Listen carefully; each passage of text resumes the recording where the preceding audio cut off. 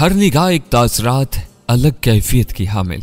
ताविरस, लिपास और करतीस की निगाहों में मेरी वजाहत का एतराफ था और सामने खड़े हुए लोगों के चेहरे शिद्दत हैरत से बदल गए थे।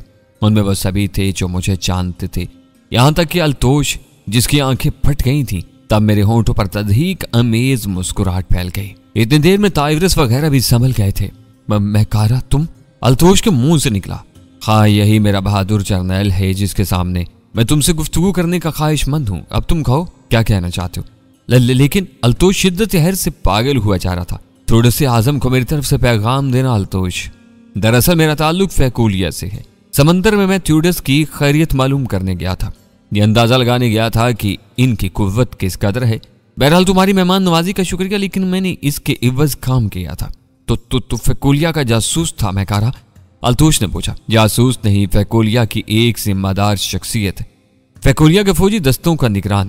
ताविरस ने मेरी बात लपक ली और मैं खामोश रहा। वफद के अरकान अब भी सख्त हैरान थे। फिर अलतोष ने गहरी सांस लेकर कहा, अगर यह बात है ताविरस आजम, तो फिर हमारा कुछ कहना बेसूद है। मेकारा से तुम्हें सब कुछ मालूम हो गया होगा। तुम अपना फर्ज पूरा करो। ताविरस ने कहा, अफसोस अब हमारे पास कहने के लिए कुछ नहीं है। थ्यूडस आजम मुमकिन है अब सुलह की कोई बात पसंद न करे। थ्यूडस आजम जिसका कहना है कि जख्मी के जख्मों का बेहतर इलाज ये है कि उसे जिंदगी से निजात दिला दो। थ्यूडस आजम जो किसी अच्छी या बुरी खबर के बारे में कहता है कि इसकी हैसियत सिर्फ खबर की है, कोई खबर बुरी नहीं होती, कोई अच्छी नहीं होती। इस थ्यूडस आजम ने मेकारा की गुमशुदगी के बाद एक वक्त खाना नहीं खाया और एतराफ किया कि काश मेकारा जिंदा रहता, वो अजीम था। और जब वो सुनेगा कि मेकारा जिंदा है और दुश्मन का आदमी है तो मुमकिन है इसके फैसले बदल जाएं। तो तुम कुछ नहीं कहना चाहते कासिद? नहीं ताविरस आजम, सिवाय एक दरखास्त के। क्या हमें इस तरह लिबादे पहना कर ना ले जाया जाए? बड़ी घुटन होती है। ओह ज़ेरे कल्तोश, अगर तुम्हें लिबादे ना पहना जाए तब भी तुम फैकोलिया की फौजी कुव्वत के बारे में कुछ न मालूम कर सकोगे। इसलिए बेहतर है कि लिबादे ओढ़कर ही जाओ ताकि तुम्हारी सर को भी इल्जाम ना आए और जब तुम लोग गिरफ्तार हो जाओ तो हम ये न कह सकें कि तुमने फैकोलिया के लिए ज्यादा सरगर्मी दिखाई दी। मैंने कहा, हाँ अब ये बात वाज़ेह होगी मेकारा कि थ्यूडस के बहुत से राज नहीं रहे। हमें इजाजत दो शहंशाह ताविरस, बेशक हम इस बार थ्यूडस के लिए बहुत बड़ी और बुरी खबर लेकर जा रहे हैं। वो इसका कहना है कि अच्छी और बुरी खबर इस पर असर अंदाज नहीं होती, लेकिन मेरा दावा है कि यह खबर बड़ी अहमियत की हामिल होगी। तुम्हारी मर्जी है कासिद, और सुनते जाओ। इसके बाद कासिद भेजने की जरूरत नहीं है, मैंने कबूल नहीं करूंगा। हाँ, मेरी तरफ से थ्यूडस को पैगाम दे देना कि मैं हमेशा से उससे नफरत करता हूँ। इस वक्त से जब मेरा बाप इसे जिजिया अदा करता था, उसे कह देना कि जिन जजीरों की तरफ मैं इशारा करूं उन्हें जिजिये की कैद से रिहा कर दे, वरना मैं समंदर में उसका कब्रिस्तान बना दूंगा। हम तेरा पैगाम दे देंगे शहंशाह। अलतोष ने जलती निगाहों से पहले मुझे फिर ताविरस को देखा और फिर वो सबके साथ दरवाजे की तरफ मुड़ गया। आखिरी कासिद के जाने के बाद ताविरस ने कहकर लगाया और लिपास की तरफ देखकर बोला, देखा लिपास, क्या ये शख्स माहौल बदल देने की कुव्वत नहीं रखता? और ये हमारा दोस्त है। लिपास ने नगमा बार आवाज में कहा, अब तो ये हमारे अपनों की हैसियत रखता है और देखो क्या है इसकी शान। क्या पूरे फैकोलिया में इस जैसा कोई दूसरा जानदार मौजूद है? ताविरस ने कहा, हरगिज नहीं, लेकिन इसके बाल आग की रंगत के क्यों हैं? इसका चेहरा चमकदार सोने की तरह पीला क्यों है? इसका राज मुझे भी नहीं मालूम, लेकिन हम इस जंग से निमट लें, फिर इस हैरत अंगेज इंसान के बारे में मुफस्सिल मालूमात हासिल करेंगे। हाँ, तो अब तुम्हारा क्या ख्याल है मेकारा? थ्यूडस का रद्द-ए-अमल क्या होगा? वह जुनूनी कैफियत का हामिल है, चुनाचे तुम्हें फौरी हमले के लिए तैयारियां करनी चाहिए। क्या ख्याल है, क्या इसे ये खौफ ना होगा कि हम इसकी कुव्वत से वाकिफ हैं? वो अपनी ताकत पर नाज़ा है। तुम्हारा ही ख्याल दुरुस्त है। तो मेरे अजीज साथी, अगर थ्यूडस ने हमला किया तो तुम कौन सा महाज संभालोगे? हम सब हालत जंग में हैं और इस वक्त इससे उम्दा मेहमान नवाजी और क्या हो सकती है कि तुम भी हमारे साथ जंग करो। ताविरस ने मज़ाहिया अंदाज में कहा और लिपास हंस पड़ा। वाह भाईजान, क्या खूब मेहमान नवाजी है। मुझे मंजूर है ताविरस, मैंने कहा, महाज का इंतखाब करो। मेहमान के लिए खाने का इंतजाम मेजबान ही करता है, मैंने मुस्कुराते हुए कहा। तब मैंने थ्यूडस के 2 जहाज तुम्हारे नाम लिखे। ताविरस फराख दिली से बोला और सब खूब हंसे। मैं इनका शुक्रिया अदा करता हूँ। जहाजों के डिबोने का काम लिपास के सुपुर्द है। लिपास, मैं एक बेहतरीन शख्स तुम्हारे हवाले कर रहा हूँ। क्या तुम मेकारा के साथ मिलकर काम करने में फर्रत महसूस करोगे? बेहद शहंशाह ताविरस, लिपास ने मुस्कुराते हुए कहा। तब फिर जैसा कि मेकारा ने कहा है और जैसा कि मुतवक्का है कि थ्यूडस दीवानगी में हमला करेगा, इसलिए तुम अपना महाज संभाल दो। हदायत तुम्हें याद होगी अच्छी तरह। आओ मेकारा, लिपास ने कहा और मैं मुस्कुराता हुआ उसके साथ चल पड़ा। लिपास की चाल में भी दिलकशी थी। ये नौजवान अपनी उम्र की वजह से अभी निस्वानियत रखता था। इसकी आवाज बहुत दिलकश थी, गोद दराज का था, लेकिन चाल में एक अजीब सी कैफियत थी और सबसे हसीन इसकी आंखें थी। बेपनाह जाज़बियत लिए हुए बाहर लिपास का घोड़ा मौजूद था उसने फौरी तौर पर अपने खादिम को हुक्म दिया और खादिम एक और तवानाक घोड़ा लिया। लिपास उछलकर घोड़े पर सवार हो गया और मैंने भी घोड़ा संभाल लिया। मेरा ख्याल है प्रोफेसर, ज़ेबदास्तान के लिए मैं अपने बारे में जो कुछ कहता हूं इस पर इन लड़कियों के होठों पर मुस्कुराहट आ जाती है। गोया इनका ख्याल है कि मैं खुद परस्ती का शिकार हूं। ये बात नहीं है प्रोफेसर, बल्कि इस कहानी के हुस्न को निखारने के लिए इसके एक एक किरदार के जज्बात की अक्कासी जरूरी है, वरना कहानी अधूरी महसूस होगी। और नहीं मिस्टर मैकारा, ऐसी कोई बात नहीं है, फिरोजा ने शरारत से कहा। बुरी बात है लड़कियों, प्रोफेसर खावर ने कहा। सॉरी डैडी, अब हम नहीं मुस्कुराएंगी। तो हसीन लड़कियों, जिस शान से मैं यूनान के मखसूस लिबास में जिसकी मर्दानगी कहीं ज्यादा बढ़ जाती थी घोड़े पर बैठा, वो काबिल दीद था। मेरा कदावर घोड़ा भी फख्र महसूस कर रहा था और मैंने ये भी महसूस किया कि लिपास ने मेरी उस शान को बड़े गौर से देखा और बार बार देखा, लेकिन उसकी आंखों में हसद नहीं था, वो एक उम्दा दोस्त था, दोस्तों से खुश होने वाला। रास्ते में उसने कहा, शहंशाह ताइवरस ने मुझे तुम्हारे बारे में मुख्तसर तफसीलात बताई हैं, जबकि मैं तुम्हारे बारे में बहुत कुछ जानने का ख्वाहिशमंद हूँ। तुम्हारे जजीरे में मैं अब सिर्फ एक मेहमान नहीं हूँ, तवील अरसा हम लोग साथ गुजारेंगे। मेरा ख्याल है इस वक्त तुम मेरे बारे में बहुत कुछ जान लोगे दोस्त। ये बड़ी मुसर्रत की बात है कि तुम तवील अरसा यहाँ रहोगे, लेकिन तुम्हारा बदन इस कदर चमकदार क्यों है, इसका राज भी तुम्हें मालूम हो जाएगा। मुझे ये भी नहीं बताओगे कि तुम्हारा वतन कौन सा है? अब फैकूलिया, मैंने मुस्कुराते हुए कहा। इससे कबल ये वसी कायनात, मैंने जवाब दिया।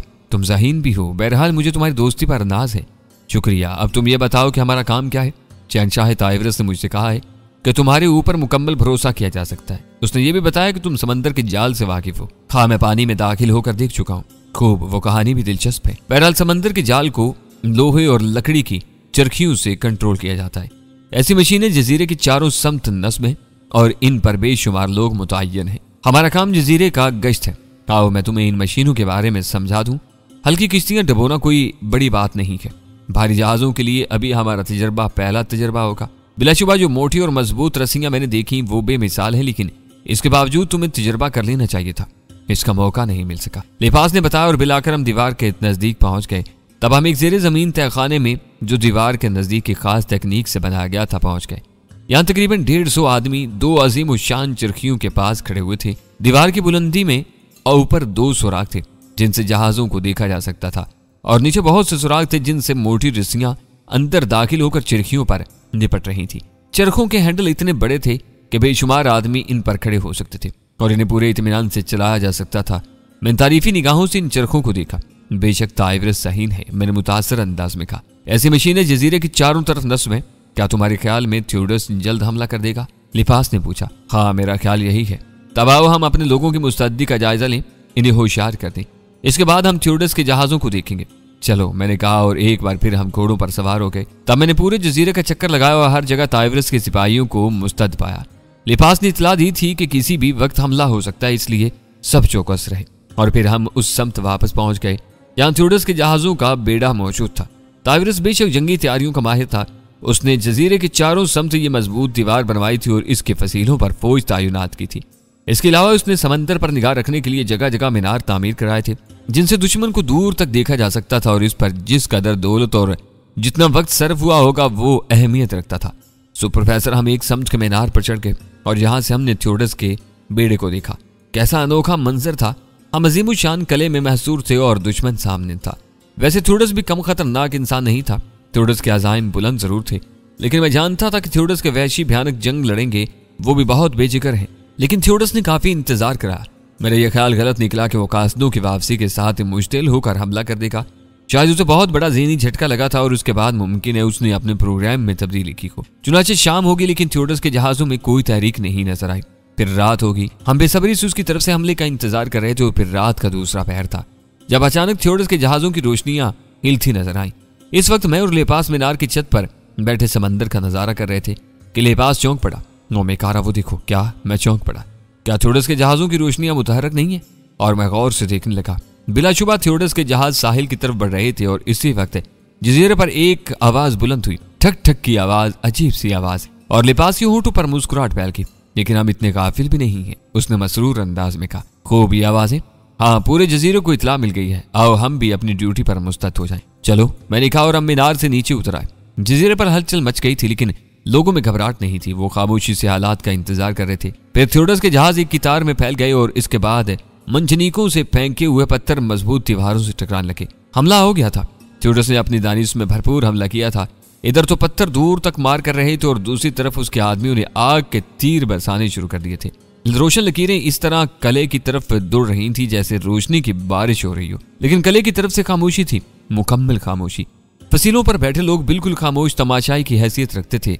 हाँ, पत्थरों और तीरों से बचने के लिए उन्होंने इंतजाम कर लिया था। कले पर ऐसी कोई चीज नहीं थी जो आग पकड़े। रहे पत्थर तो वो कले की दीवारों का कुछ नहीं बिगाड़ सकते थे। हमने तेज रफ्तार घोड़ों पर जजीरे का चक्कर लगाया, सब लोगों को होशियार रहने की हिदायत की और इससे रुख पर आ गए जिस तरफ से थ्यूडस के जहाज कहर बरसा रहे थे। अब हम फ्रंट के उन सुराखों से किसी जहाज के रेंज पर आ जाने का इंतजार कर रहे थे, लेकिन जहाज एक जगह रुके हुए थे और वहीं से पत्थर और जलते हुए तीर फेंक रहे थे। अलबत्ता अभी तक ताइवरस की तरफ से कोई नोटिस नहीं लिया गया था। न जाने वो क्यों खामोश था और ये बात मैं समझ रहा था। ताइवरस जरूरत से कबल कुछ नहीं करना चाहता था, वो अपनी कुव्वत बहाल करना चाहता था और बिलाशुबा ताइवरस की ये चाल कामयाब रही। थोड़ी देर के बाद थ्यूडस को एहसास हो गया कि उससे हमाकत हो रही है। जाहिर है वो समंदर में था, जो कुछ उसके पास था खत्म हो जाने के बाद उसके हसूल का जरिया नहीं था, जबकि ताइवरस की पोजीशन दूसरी थी। चुनाचे पत्थरों और तीरों की बारिश रुक गई, अचानक खामोशी छा गई। लेकिन इसके बाद वही हुआ जो ताइवरस की ख्वाहिश थी।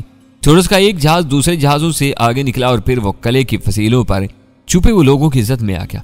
क्या जंग थी प्रोफेसर, आज भी मेरी निगाहों में वो दिलचस्प मंजर मौजूद है। फसीलों से स्याह तीरों की बारिश शुरू हो गई। अब ताइवरस की बारी थी। जहाज से करीहा चीखें ऊपर रही थी और फिर लेपास ने अपना काम शुरू कर दिया। ऊपर से बरसने वाली कयामत की वजह से जहाज के लोग जहाज के नीचे होने वाली गड़बड़ न समझ सके। वो महसूस ही न कर सके कि जहाज का रुख ऊपर क्यों बुलंद होता जा रहा है। फिर जब वो एक समत गिरने लगे तो इन्हें एहसास हुआ और खौफ और दहशत से चीख पड़े। लेकिन अब कोई हल नहीं था इनके पास। जहाज एक रुख से खड़ा होता जा रहा था और इसमें मौजूद चीजें दूसरी तरफ लुढ़क रही थी। तो प्रोफेसर एक तरफ से लुढ़कने वाली चीजें न जमते हुए कदम, ऊपर से पत्थरों और जलते हुए तीरों की बारिश, क्या भयानक मौत थी। जहाज अब वापस भी नहीं जा सकता था। वो तो यही शुक्र था कि थ्यूडस ने पूरे जंगी बेड़े को आगे नहीं बढ़ाया था, वरना लेकिन नहीं, अगर थ्यूडस पूरे बेड़े को एक ही रुख से आगे बढ़ा देता तो शायद लेपास का मिशन नाकाम हो जाता, क्योंकि सिर्फ एक जहाज को उलटने में लेपास के लोगों को जिस कदर मेहनत करना पड़ी थी वो मैंने देखी थी। मामला चूंकि एक जहाज का था, चिरखे मजबूत थे, लेकिन थोड़े से इंसानों के बस की बात न थी कि एक जहाज को उठाते। चुनाचे आसपास के सारे लोग सिमटाए थे, तब कहीं जाकर जहाज उठ सका। लेपास उस सूरत-ए-हाल से ज्यादा मुतमईन नहीं था। हमें खातर खा कामयाबी नसीब नहीं हुई मकारा, तुमने देखा कितनी मुश्किल पेश आई। हाँ, मैंने पुरख्याल अंदाज में कहा। मेरी निगाहें तो डूबते हुए इंसानों पर लगी हुई थी। जहाज बिल्कुल उठ गया था और अब एक तरफ वजन से ऊंधा होने लगा था और ताइवरस के पास इसके बाद एक खुफिया हथियार भी मौजूद था। अचानक फसील से बड़े बड़े लकड़ी के ड्रम समंदर में फेंके गए।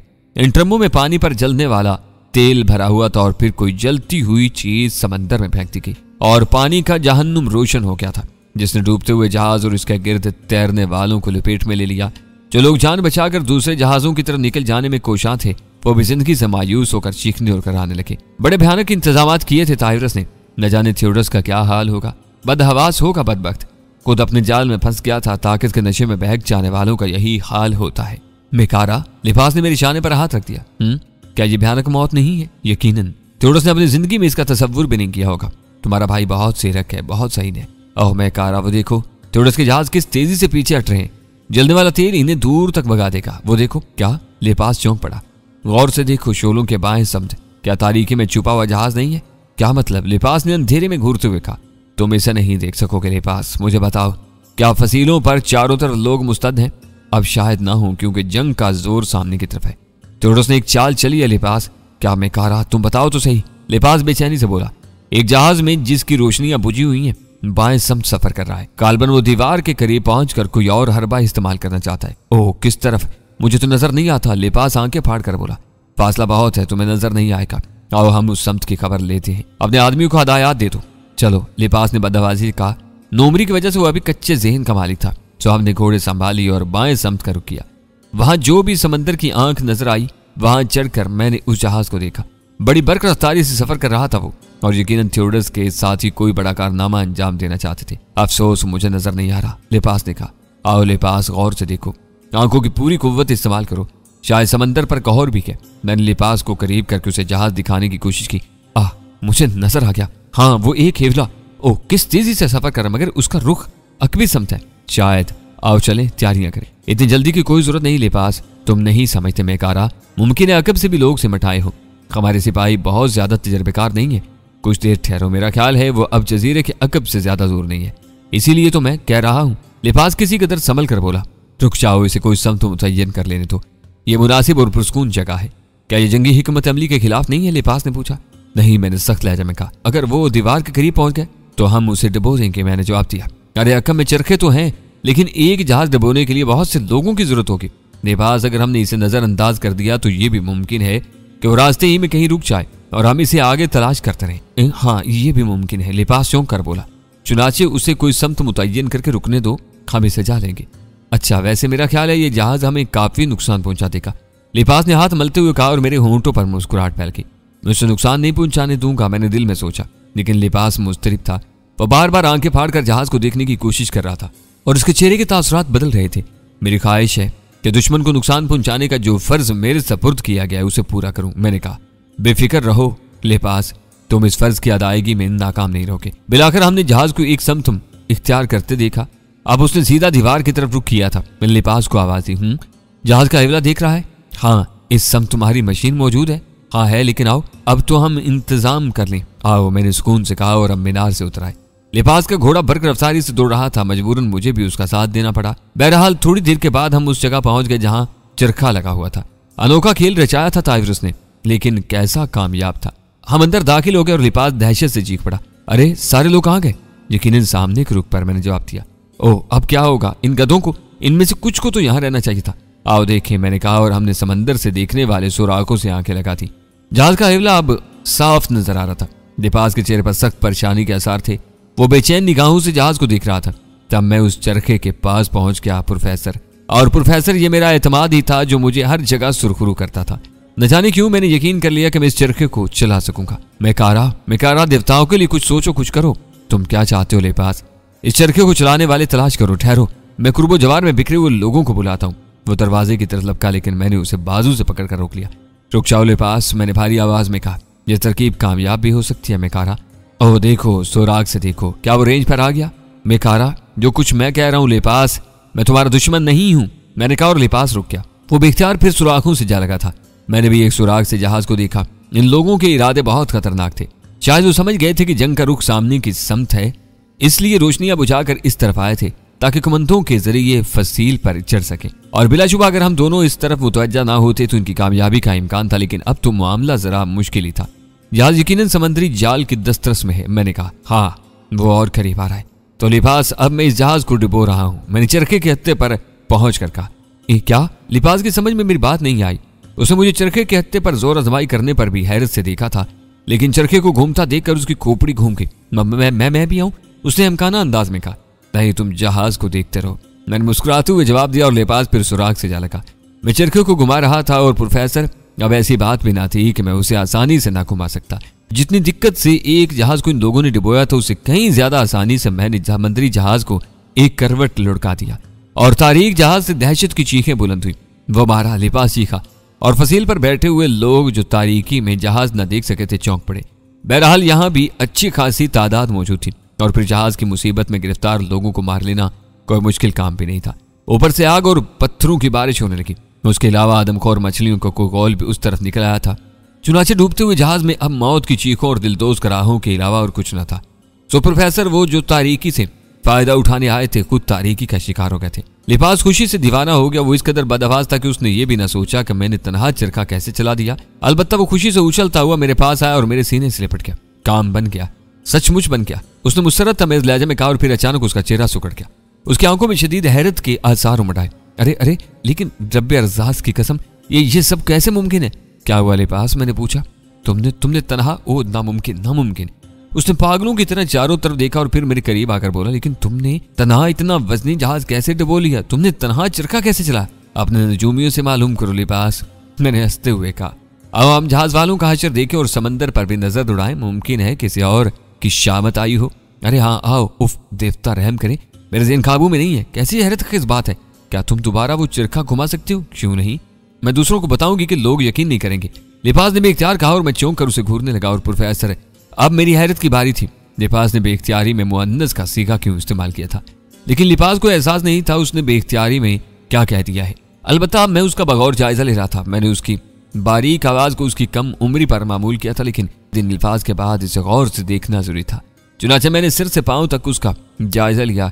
यकीनन उसका लिबास ऐसा था जो उसकी निस्वानियत को छुपा रहा था, और उसका चेहरा ठीक है, वो कम उम्र था लेकिन अब ऐसा भी नहीं कि मसे भी ना भीगे, जबकि जिस्मानी तौर पर वो खूब लंबा तिरंगा था। तो जनाब लिबास अब हकीकत छुपा न सके। मैंने दिल में मुस्कुराते हुए सोचा, लेकिन इस वक्त मैं उसे उसकी गलती का एहसास दिलाकर उलझाना नहीं चाहता था, इसलिए मैंने बात टाल दी। क्या सोच लगे मेकारा? लिबास ने चंद साथ के बाद सोचा। कुछ नहीं, मैं सोच रहा हूँ किसी मुनासिब जगह चल कर देखा जाए कि थोड़स के किसी और जहाज ने तो किसी तरफ का रुख नहीं किया। अरे हाँ ठीक है, आओ। लिबास ने अपना नर्म और नाजुक हाथ मेरी तरफ बढ़ाया और मेरा हाथ पकड़कर एक तरफ तोड़ने लगा। फिर एक बुलंद मीनार से हमने थोड़स के शिकस्ता जहाजों को पलटकर भागते देखा। जंग खत्म हो गई थी। समंदर का इफरीत शिकस्त खाकर फरार हो रहा था और फसीलों पर खड़े लोग खुशी से उसे भागते हुए देख रहे थे। बिलाशुबा यह ताइवरस की अजीम फतेह थी, जिसमें उसने मामूली नुकसान उठाने के बाद एक खौफनाक कुव्वत को शिकस्त दे दी थी। थोड़स भाग रहा है मेकारा, हमने उसे शिकस्त दे दी।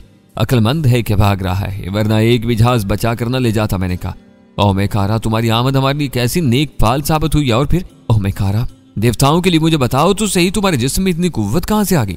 आओ लिबास, हम ताइवरस को मुबारकबाद दें। मैंने उसकी बात टालते हुए कहा, नहीं पहले मुझे बताओ। अरे तुमने पूरा जहाज उलट दिया था। लिबास का दिमाग अब तक ठिकाने नहीं आया था। आओ लिबास, ये बातें फिर करेंगे, मैंने कहा, और हम इस हिस्से की तरफ चल पड़े जहां ताइवरस वगैरह मौजूद थे। ताइवरस लोगों के हजूम में था, लोग इसे मुबारकबाद दे रहे थे। सुनो लिबास, मैंने लिबास का गुदाज शाना दबाते हुए कहा, अभी ताइवरस के सामने मेरा कारनामा बयान न करना, कल लोगों की निगाहों में तमाशा बन जाऊंगा। मैं बर्दाश्त नहीं कर सकता। लिबास ने कहा, मेरी खातिर मेरे दोस्त, मैंने इल्तिजा अमेज अंदाज में कहा, और लिबास ने गर्दन हिला दी। फिर दूर से ताइवरस ने हम लोगों को देखा और चीखा, ओह लिबास आओ, मेरे करीब आओ, तुम्हारी आला कारकर्दगी हमारी फतेह में बड़ी हैसियत रखती है। तुम भी आओ लिबास के दस्ते राज, तुम भी आओ। अगर हम सितारों से पूछें तो वो तुम्हारे सुनहरे कदमों की कहानी जरूर सुनाएंगे। चुनाचे हम इस फतेह को तुम्हारी आमद से मंसूब करते हैं। साथियों, मेकारा के नाम के नारे लगाओ, यह हमारी फतेह का निशान है। और लोग मेकारा के नाम के नारे लगाने लगे। असल बात इन्हें मालूम भी नहीं थी, थोड़स के जहाज अब इतनी दूर चले गए थे कि उनकी रोशनी अभी नजर नहीं आ रही थी। समंदर अब भी जल रहा था। ये सारी रात थ्योडस की वापसी के इंतजार में गुजार दी गई। चंद तजर्बेकारों का ख्याल था कि थ्योडस हम लोगों को गाफिल पाकर फिर न पलट पड़े। बहरहाल वो जंगी दीवाना है, लेकिन मेरा ख्याल इनसे मुख्तलिफ था। थ्योडस जंगी दीवाना जरूर था, लेकिन इन थोड़े से लोगों के साथ वो दोबारा किसी हमले की जरूरत नहीं कर सकता था। सुबह ताइवरस और लिबास वगैरह वापस चल पड़े। थ्योडस जैसी इफरीत को शिकस्त देना आसान काम नहीं था। पूरा शहर खुशी और मुसरत में डूबा हुआ था। ताइवरस ने दोपहर को एक जश्न का ऐलान किया और पूरे शहर में जश्न की तैयारियां होने लगी। मैं अपनी रहायशगाह में आराम करने चला गया था, लेकिन मेरे ज़हन में लिबास था। क्या लिबास मर्द नहीं है? अगर औरत है तो फिर ये मर्दाना भीस क्यों? और अगर औरत है तो बिलाशुबा हैरत अंगेज है, बहादुर और जंगजू। और फिर मेरे ज़हन में थ्योडस गुस्सा आया। मैंने चश्मे तसव्वुर में थ्योडस को देखा। वहशी पागल, न जाने अब तक उसने कितने लोगों को नाअहली की पादाश में कत्ल कर दिया होगा, और न जाने किस इरादे के तहत वो यहाँ से गया है। ओह हाँ, यकीनन थ्योडस इन लोगों में से नहीं है जो एक बार शिकस्त खाने के बाद निचले बैठ जाते हैं। वो तूफान समेटने गया होगा, और जब वापस आएगा तो और मेरे जहन में फिक्र बेदार होगी। सितारों की आगोश में प्रवेश पाने वाले इस खूबसूरत जजीरे से मुझे दिलचस्पी पैदा हो गई थी। और फिर ताइवरस ने किस खलूस से मेरे ऊपर एतमाद कर लिया था। वो सराहने वालों में से था, इन लोगों में से जिनसे इख्तलाफ नहीं होता, और चूंकि मुझे इससे इख्तलाफ नहीं था, इसलिए मैं इसकी बेहतरी भी चाहता था। चुनाचे थ्योडस की फितरत को सामने रखकर मैंने उसके बारे में सोचा। अब इस शिकस्त के बाद वो क्या सोचेगा? यकीनन वो अपनी पूरी इसरार रहायशगाह जाएगा, जहां पर वो अपनी कलमरू की तश्कील की तैयारी कर रहा है। इसके बाद वो शायद कुछ अरसा रुक कर एक मजबूत बेड़ा तैयार करे। अब उसकी निगाह में ताइवरस का तरीका जंग भी है, चुनाचे वो इस तरीका जंग से निमटने के भरपूर तैयारियां करेगा। थ्योडस जैसे शख्स के बारे में ये अंदाजा लगाने में कोई दिक्कत नहीं हो सकती थी कि अब उसने ताइवरस की शख्सियत को अपनी आन का सवाल बना लिया होगा। यानी जब तक ताइवरस जिंदा है, जब तक फैकुलिया पर दरख्त लहला रहे हैं, वह सुकून से न बैठेगा, गोया अब इसकी जंग किसी दूसरे से नहीं रह गई थी।